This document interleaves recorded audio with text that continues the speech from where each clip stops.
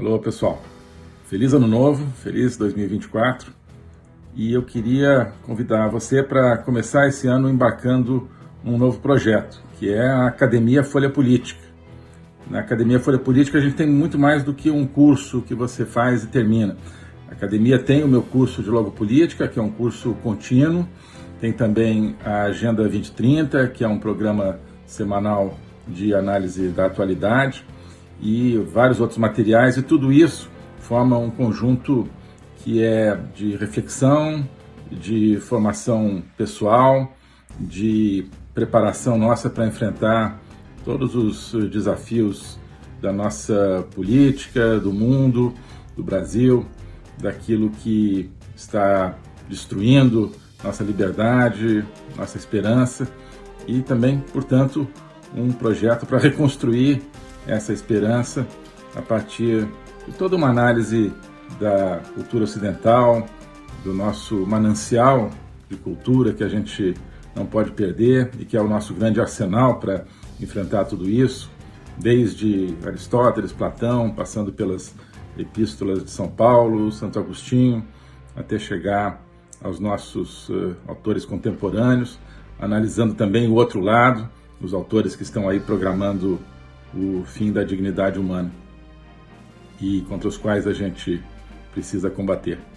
Então, esse é o projeto da Academia Folha Política. Se você quiser conhecer e entrar nessa aventura intelectual e pessoal, junto conosco, os links estão aqui na descrição do canal, e vamos em frente juntos. Espero contar com você lá.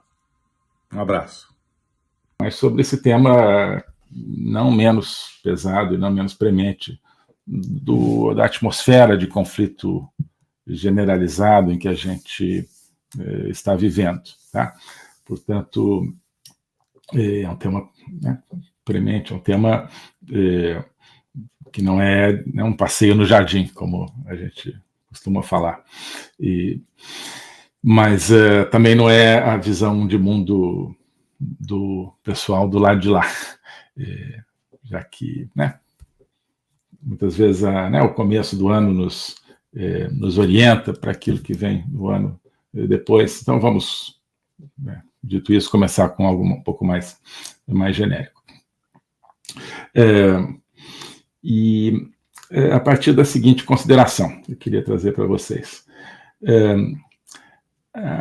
A gente está vendo aí conflitos localizados em vários lugares do mundo, obviamente Ucrânia, Oriente Médio, possibilidades de conflito na América do Sul, conflito bélico clássico, e isso faz algumas pessoas terem uma preocupação com a questão de guerra e paz, Diz, o mundo está com muita guerra, precisamos de paz. E a partir dessa reflexão que eu queria começar. Será que realmente se trata de uma questão de guerra tal qual a gente conhece, e uma questão, portanto, de paz tal qual a gente a conhece? Não necessariamente, não necessariamente. Nós temos que entender qual é a natureza da guerra que está sendo travada e, portanto, qual é a natureza da paz que se oporia a ela. Há vários tipos de guerra, há várias camadas de guerra, várias frentes de guerra, e a paz só faz sentido diante de uma determinada caracterização da guerra. A paz não é, ou não deveria ser, um campo zero, um campo simplesmente concebido como ausência de guerra. A paz, a meu ver, precisa ser um valor positivo, um valor construtivo, um valor criativo, que apele à nossa vida, à nossa existência,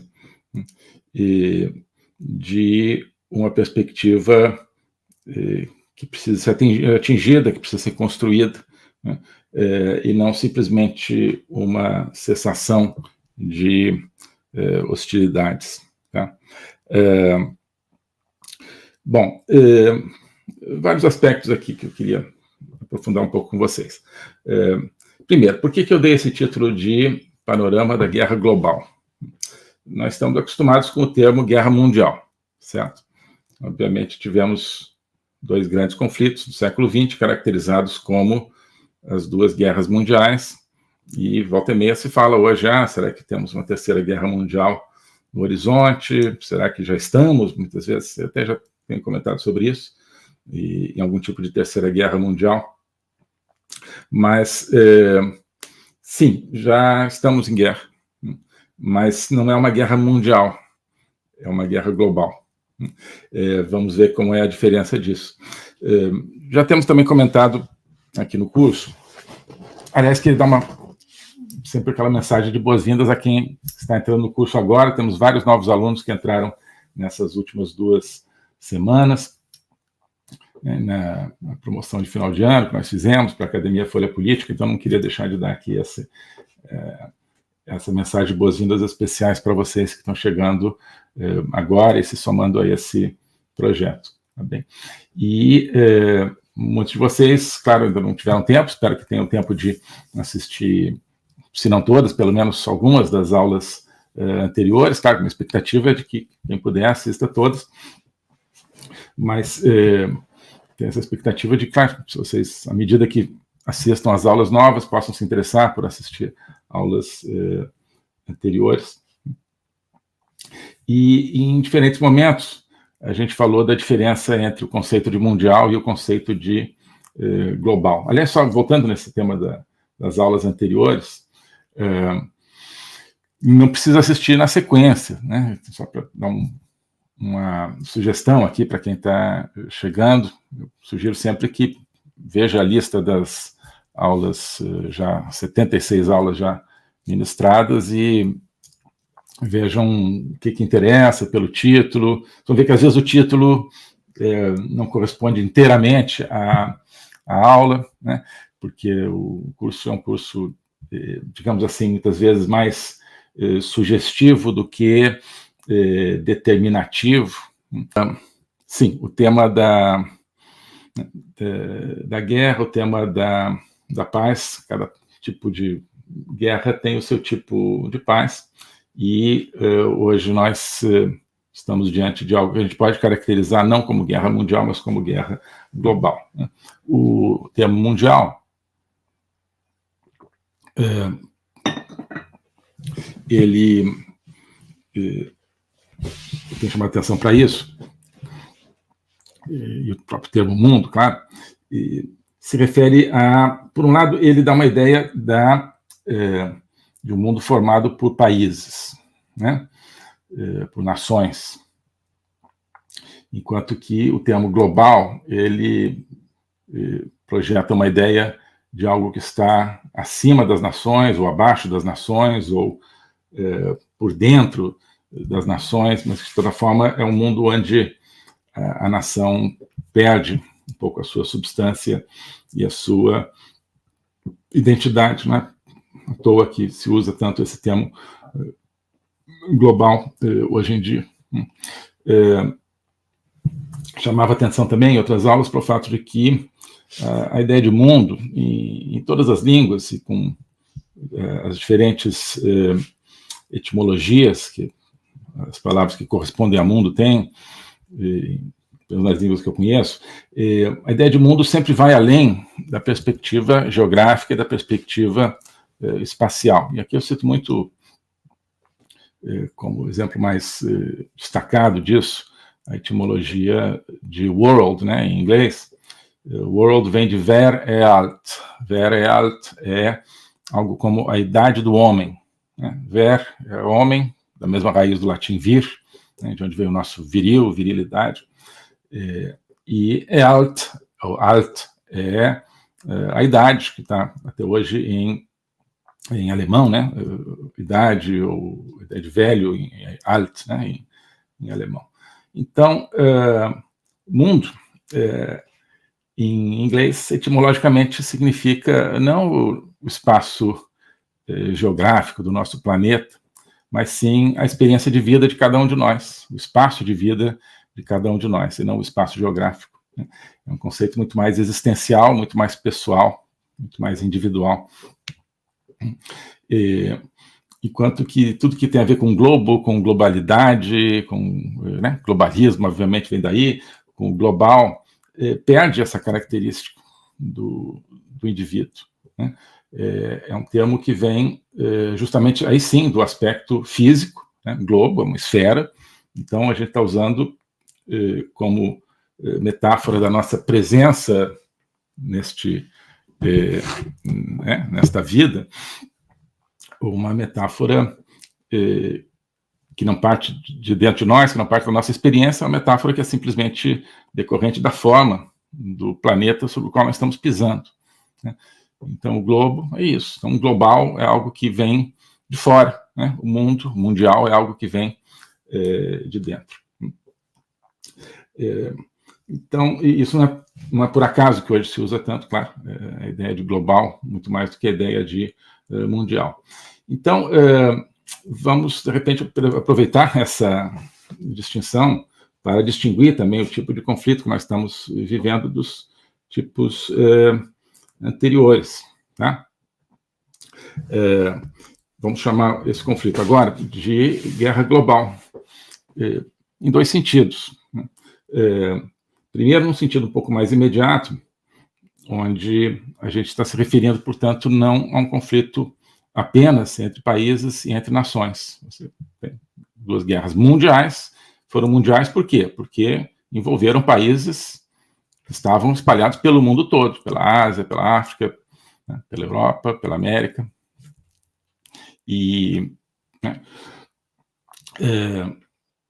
Enquanto que hoje você tem outros atores, né, outros processos que não são apenas os processos do choque entre países, do choque entre nações que estão atuando. Então, o fato de a gente chamar de global permite que a gente mude o paradigma. Então, não é o paradigma da guerra, que é uma guerra com uma coleção de países de um lado e uma coleção de países do outro. É mais complicado do que isso. E, ao mesmo tempo, ao chamar de guerra global, né, a gente está fazendo referência a, de certa forma, ao conteúdo de um dos lados dessa guerra. Né? A guerra, assim como, né, no Brasil a gente chama a guerra que envolveu Brasil, Argentina, Uruguai e Paraguai no século XIX, a gente chama de Guerra do Paraguai. Os demais países envolvidos eu chamo de Guerra da Tríplice Aliança, porque, enfim, o Paraguai não quer chamar Guerra do Paraguai, né, porque eles não querem ser identificados, digamos, como o originador da guerra. Não vamos entrar nessa discussão, né, sobre origens da Guerra do Paraguai. O certo é que eles, né, falam de Guerra da Tríplice Aliança, assim como os argentinos e uruguaios também. Quer dizer, era uma aliança, pelo menos na primeira fase da guerra, entre Brasil, Argentina e Uruguai. Né? Do ponto de vista brasileiro, a gente também não usa tanto isso, porque a guerra, na sua fase mais decisiva, foi travada basicamente pelo Brasil, já não tanto pela Argentina e pelo Uruguai. Mas, enfim, sobretudo a gente chama de Guerra do Paraguai porque foi um dos lados da guerra. Né? Então, ao dizer agora que nós estamos diante de uma guerra global, né, nós estamos então identificando um dos lados da guerra, e um dos lados dessa guerra é justamente esse lado que nos está, digamos, nos está atacando, né? Nos está abrangendo, ou tentando abranger de fora, a partir dessa noção externa do globo, né? E não e justamente vencendo essa dimensão interna do mundo, né? Da existência de cada um como a base da nossa experiência de vida, né? E tudo aquilo que vem com o globo, ou seja, a ideia de que você precisa, né, soluções globais para todos os problemas são globais, portanto, são problemas que dizem respeito fundamentalmente ao espaço físico, ao espaço material, né? E são problemas que, segundo quem os propõe, só podem ser resolvidos com as ideias que eles mesmos têm, que são essas ideias também provenientes de uma visão materialista. Então, ao chamar de guerra global, a gente está dizendo, olha, é a guerra do globalismo. Assim como no século XIX nós tivemos a guerra do Paraguai. É o inimigo, né? É o inimigo. Se você quiser, podemos dizer, olha, estamos diante de uma guerra do mundo contra o globo, né? Uma guerra do ser humano, né? Do Verrealt, do ser humano que chega aqui, olha, eu estou aqui diante de algo desconhecido, mas que ao mesmo tempo é onde eu me projeto, onde tem outras pessoas, onde eu tenho meus desejos, minhas dores, minhas felicidades, minhas tristezas. Isso aqui isso é o meu mundo, né? Meu Verrealt. Do outro lado você tem, aqui é o globo, né? O globo é esse planeta físico que está aqui, né? E as pessoas não importam, né? Esse mundo individual não importa, essa construção de sentido a partir da existência não importa. Você tem essa materialidade planetária, digamos assim, né? Então, guerra global, vamos chamar dessa maneira. Essa guerra tem vários aspectos, obviamente. Temos nos referido também a vários deles, e é muito difícil ter uma visão de conjunto de tudo aquilo que está acontecendo, porque, em grande parte, a gente não vê como guerra aquilo que está acontecendo. Então, nós temos hoje, né, a guerra na Ucrânia, né, onde um país atacou o outro para tomar o território do outro, a guerra mais clássica que tem. Temos a guerra no Oriente Médio, né? Às vezes se chama guerra entre Hamas e Israel, mas aí você já vê que é uma guerra diferente, porque o Hamas é um grupo terrorista, não é um Estado. É um grupo terrorista que foi lá e matou da maneira mais atroz possível mais de 1.000 pessoas, cidadãos do país. Esse país está tentando eliminar esse grupo terrorista com, né, operações militares, mas temos aí já um tipo diferente de conflito. Temos, né, na América do Sul, a perspectiva talvez de um conflito onde a Venezuela de Maduro, né, pretende adquirir soberania sobre 2/3 do território da Guiana, onde talvez, né, países como os Estados Unidos, ou até mesmo o Reino Unido, que eu não acreditava que faria nada, mas deram sinais que poderiam facilitar as coisas para a Guiana. Temos aí uma perspectiva também de um conflito, nesse caso também um conflito clássico, né, de um país que, um pretexto ou outro, quer tomar o território de um país vizinho. Temos perspectiva, talvez, de uma guerra em Taiwan, onde a China é continental, né, atacaria a ilha de Taiwan para incorporar Taiwan, que hoje atua mais ou menos como se fosse um país independente. Aí tem toda a questão, o próprio Taiwan não assume necessariamente que seja um país independente, na verdade, Taiwan está lá porque Taiwan acha que ela que é a verdadeira China, né? Enquanto, claro, a China de Pequim acha que ela é a verdadeira China. Aliás, essa parte é por isso que o tema de Taiwan é tão importante para Pequim para os chineses, porque é um problema de legitimidade, né? Enquanto existir Taiwan é a China, né? Para os taiwaneses, a verdadeira China, embora seja muito menor, mas é ali que está né, aquilo que, digamos, o Estado que é herdeiro de todo o Império Chinês. E aí o Partido Comunista Chinês seria um usurpador da maior parte desse império, desse reino do meio, né, que sempre foi a China. Mas, enfim, temos aqui um tipo de guerra mais próximo do clássico, mas também não tanto. É uma guerra, né, digamos, que seria uma província que age independentemente, e o país matriz, digamos, o que se concebe assim, dessa província, que é recuperar essa província. Mas, enfim, até aí são espaços mais ou menos clássicos de conflito. Agora, você tem, né, espalhados, né, pela África, por exemplo, focos de conflito interno em vários países, onde facções que querem implementar estados do tipo islâmico, estados ligados ao terrorismo, ligados à Rússia, querem tomar o poder em vários países, em alguns já estão tomando, né, por exemplo.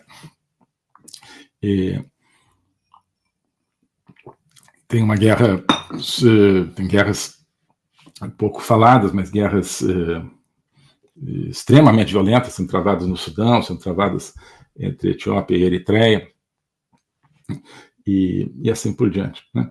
Mas há outras guerras, há outras frentes de guerra em andamento. Uma delas aqui na fronteira sul dos Estados Unidos. Os Estados Unidos tem recebido, na média, 300 mil imigrantes ilegais por mês, nesses últimos meses, né? Desde o começo do governo Biden, começou a crescer exponencialmente o número de imigrantes ilegais que atravessam a fronteira dos Estados Unidos, e agora, nesses meses recentes, o número de imigrantes ilegais que entra mensalmente, mais ou menos, bateu junto com o número de nascimentos nos Estados Unidos. Então, nos Estados Unidos, 300 milhões de pessoas, pouco mais, nascem mais ou menos 300 mil pessoas, né, bebês por mês, e cada mês estão entrando também 300 mil imigrantes ilegais. Então, se você projeta isso no tempo, né,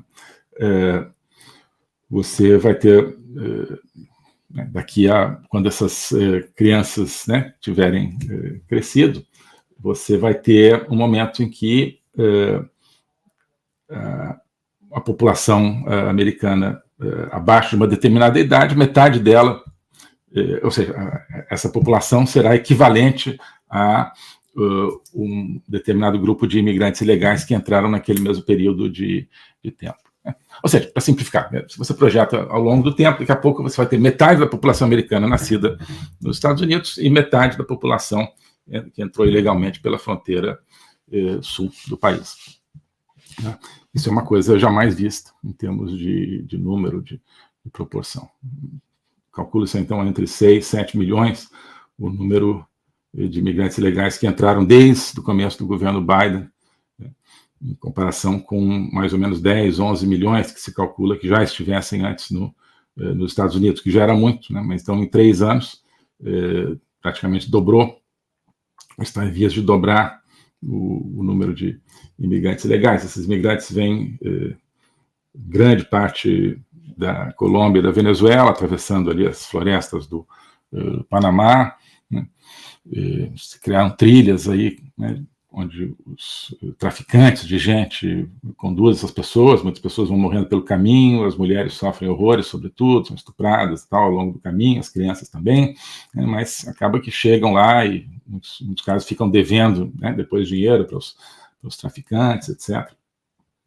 Mas o certo é que esse fluxo se tornou algo caudaloso, né, sem nenhum tipo de precedente, sem que haja uma reação, digamos, do governo americano. Por que isso é uma guerra? Isso é uma guerra porque isso está destruindo o tecido social americano, está destruindo os serviços sociais americanos, grandes cidades americanas que não tinham assim o problema de, né, pessoas sem teto nas ruas, agora tem, em grande parte, né, por causa desses imigrantes legais, pessoas que estão vivendo na rua, pedindo esmola, pedindo, né, sem ter abrigo, como Nova York, por exemplo, né? Alô a todos. Hoje eu gostaria de falar sobre o meu novo curso de Logopolítica, onde eu vou colocar a versão completa daquilo que eu tenho a ensinar sobre o globalismo. O globalismo nas suas múltiplas dimensões: geopolítica, econômica, social, cultural, filosófica, dimensões que só podem ser entendidas em conjunto, e que só podem ser entendidas em conjunto a partir de uma perspectiva logopolítica, ou seja, uma perspectiva do logos. Logos é a essência do ser humano.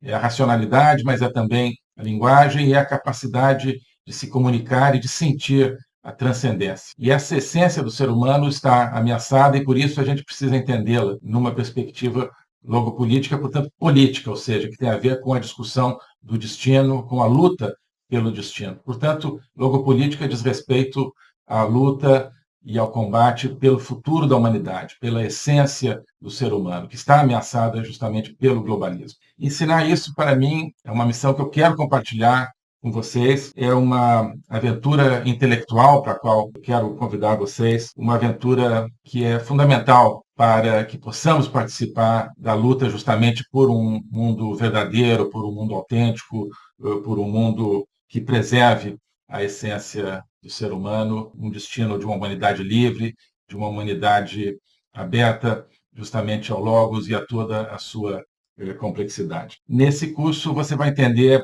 esses grandes combates, quais são as ideias que estão por trás daquilo que ameaça essa essência do ser humano, as grandes ideias que estão se confrontando, quais são as ideias que precisam ser mobilizadas justamente para a defesa, para a preservação dessa nossa essência. Portanto, é preciso entender as discussões filosóficas que não são puramente abstratas, que têm a ver, que têm efeitos diretos na nossa vida diária. Então, quando nós vemos os fenômenos da inflação, da guerra, da carestia, de várias carências no mundo de hoje, nós estamos diante, no fundo, de processos que têm a ver com as ideias. São as ideias por trás desses processos que determinam a sua problemática. Então, essa concepção de um ser humano sem essência, sem transcendência, que nós vemos hoje na nossa sociedade, essa concepção é que tem consequências dramáticas, inclusive na nossa vida material. Atrás dessa concepção existe um projeto de controle total, um projeto totalitário, de domínio. É por causa disso que nós assistimos hoje a fenômenos que nos parecem caóticos, que nos parecem desconectados, mas que vão acabando com a nossa liberdade, vão desestruturando a nossa sociedade, fazendo com que nós vivamos, mesmo dentro de países teoricamente democráticos, cada vez mais dentro de uma sociedade de controle. Então, nós hoje temos, você certamente tem, dificuldade de entender o que está acontecendo no mundo. Isso é decorrente justamente de visões parciais, que eu vou procurar cobrir e conectar. Então, não adianta entender apenas economia, apenas conflitos militares, ou apenas algumas questões sociais. É preciso entender as ideias que querem dominar o mundo e as ideias que precisam ser resgatadas para que nós preservemos a liberdade do mundo. Então é isso que eu quero oferecer a você nesse curso de Logopolítica. Nós vamos estudar o conceito, a evolução, a manifestação do globalismo, na história recente, sobretudo, mas ao longo de toda a história humana, as ideias atuais que conformam o globalismo, elas são muito antigas, assim como as ideias de defesa e preservação da essência do ser humano também são antigas. Então nós vamos lá atrás, nos gregos, nos pré-socráticos, Platão, Aristóteles, e vários outros autores ao longo da história, procurar entender tanto as ideias da defesa do logos, da defesa da essência do ser humano, quanto as ideias que hoje ameaçam tão fortemente e tão incisivamente a nossa liberdade